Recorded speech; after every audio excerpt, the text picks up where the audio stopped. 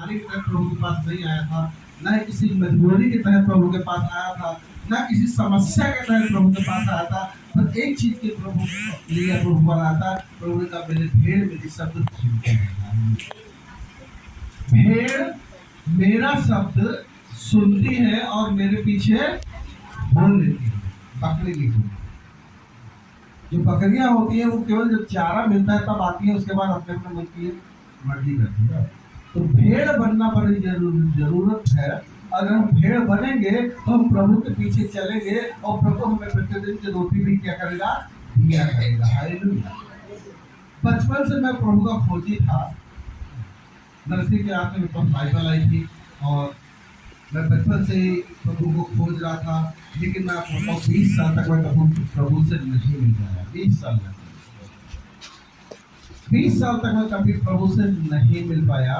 और जब मैं पैदा हुआ था तो मेरी घर की हालत बहुत खराब थी और मेरे पिताजी और मेरे घर के लोग बहुत रईस थे, रजवाड़े थे। लेकिन तो मैंने उनके लाइफ को देखा अंत के समय में, तो क्या देखता हूँ, बेमजदूरी करते हुए। मुझे नहीं मालूम था ऐसा क्यों है, क्योंकि मैं इस समय प्रभु में नहीं था। तो उनकी ये हालत देखकर मैं सोचता था क्या मेरे माँ बाप को अकल नहीं थी या दिमाग से कम थे या इस तरह के हालात कैसे हुए ना। ये तो शैतान बड़ा चालू होता है, उसे भरमाने वाला कहा गया। कब किसके जीवन में कैसे वहाँ से मोड़ डाल खड़ा कर देगा कोई नहीं जानता। इसी तरह मेरे पूर्वजों के जीवन में हुआ और पूर्वजों के साथ हम सबके ऊपर पड़े हुए थे। मेरे पिताजी के ऊपर पड़े हुए थे, तो जो पिताजी ने वो जो अनुष्ठान देते हैं परंपरा, खानदान की परंपरा, उनको छोड़ दिया था। हमारे घर में भी बलि वगैरह हुआ करती थी, तो उस प्रथा को छोड़ने का हमारे घर पर बहुत बड़ा श्राप पड़ गया था, जिसके कारण से हम लोग कर्ज के माहौल में चले गए थे। कर्ज के ऐसा श्राप पड़ा था कि हम लोग जितना भी पैसा कमाते थे वो कभी भी हमारे घर पर रुकता नहीं था। और ये कर्ज का श्राप कम से कम 20 साल चला। 20 साल 6 महीने बहुत कमाते थे, लेकिन 6 महीने के बाद जब वो जाना शुरू होता था तो ऐसे बहता था कि मेरे दोस्त लोग देखते थे, वो नाक रगड़ देते थे, लेकिन वो मेरी समस्याओं को हल नहीं करते थे। मेरे हाथ से दूसरों की तो भलाई होती थी, पर मेरी खुद की भलाई नहीं होती। ये श्राप पहुंची। और मैं प्रभु को खोजी था। मुझे असल में ईसाइयत बहुत अच्छी लगती थी, क्रिश्चियनिटी बहुत अच्छी लगती थी, मुझे उनकी फिल्में अच्छी लगती थी, उनका उठना बैठना डांस पार्टी बहुत अच्छी लगती थी। जब मैं क्रिसमस आता था तो मैं सोचता था कि कैसे मैं क्रिसमस मनाऊँ, कैसे उनके साथ दोस्ती करूँ, कैसे उनका डांस पार्टी करूँ। मेरा मकसद ये नहीं था सच्चाई जानना।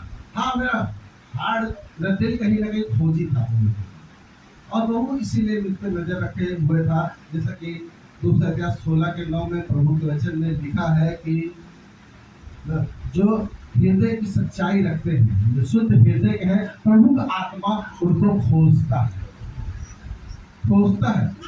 हम प्रभु को नहीं खोजते, प्रभु का आत्मा शुद्ध हृदय वालों को, शुद्ध मन वालों को क्या करता है, खोजता है, ताकि वो क्या करे, अपने सामर्थ्य काम उसके अंदर दिखाए। हालेलुया। हमने प्रभु को नहीं खोजा है, प्रभु ने आपको खोजा है और इसीलिए शायद आप यहाँ पर आज बैठे हो। हालेलुया। प्रभु ने आपको खोजा है, ये बहुत बड़ी बात है।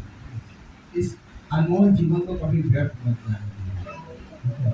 ये जीवन एक बार मिला है, जो अनंत काल का है प्रभु के साथ में, ये दोबारा फिर कभी नहीं मिलने वाला। हालेलुया। और प्रभु ने मुझे चुना था, मैं प्रभु के साथ चलने लगा। जैसे जैसे मैं बड़ा हो रहा था, मेरे साथ बहुत सारे श्राप जुड़े थे। मैं प्रभु को ढूंढ रहा था, लेकिन मैं चर्च कभी नहीं जा पाता था, ना ही मेरे क्रिश्चियन से कभी दोस्ती हो पाती थी। और मेरे पर ऐसे कई बार श्राप पढ़ते चले गए। लेकिन मैं एक चीज थी, मैं बचपन से बहुत बुद्धिमान हूँ। प्रभु का अनुग्रह था, बहुत से दान वरदान प्रभु ने बचपन से मुझे दे रखे थे। तो क्यों दे रखे थे? क्योंकि प्रभु को आगे चलकर अपनी महिमा करवानी है। लेकिन प्रभु हम सबको तैयार करता है और तैयार करने के बाद क्या होता है, वो हमको चुनता है और फिर अपनी सेवा में लाता है। पौलुस को 32 साल तक प्रभु ने तैयार किया था। 32 साल बाद प्रभु का एनकाउंटर पौलुस होता, पौलुस प्रभु का चला। हालेलुया। तो प्रभु कई बार हम सबके जीवन में ऐसा ही करता है। हो सकता हमें ना मालूम है, लेकिन प्रभु आपको बचपन से तैयार कर रहा हो, बहुत से दान वरदान दे रहा हो, बहुत सी चीजें दे रहा हो, और प्रभु आपको आगे क्या करता